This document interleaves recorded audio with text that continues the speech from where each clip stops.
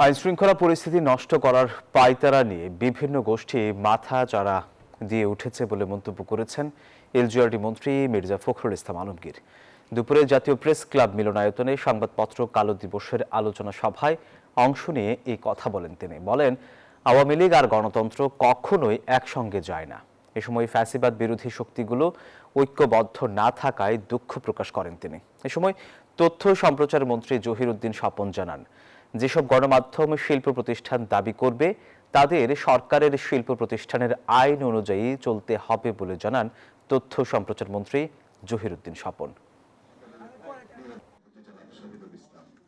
Bashundhara public school and college 2026 শিক্ষাবর্ষে ভর্তি চলছে। বিভিন্ন গোষ্ঠী মাথাচাড়া দিয়ে উঠছেন, তারা বিভিন্নভাবে সমস্যা তৈরি করছেন, অনেকের আইন শৃঙ্খলা পরিস্থিতি নষ্ট করছেন। সেই এফোর্টটাকে যেন আমরা সবাই মিলেই এটাকে প্রতিরোধ করতে পারি, প্রতিহত করতে পারি এবং সঠিকভাবে এগিয়ে যেতে পারি, সেই চেষ্টাটা আমাদের করা দরকার। সাংবাদিকতার এরকম উদ্ভাবনী এবং সৃষ্টিশীল পেশার মানুষরা সম্মিলিতভাবে সমস্যাকেও যেমন আপনারা পোস্টমর্টম করতে পারবেন, তেমনি সমস্যার সমাধানও আপনারা বের করতে পারবেন।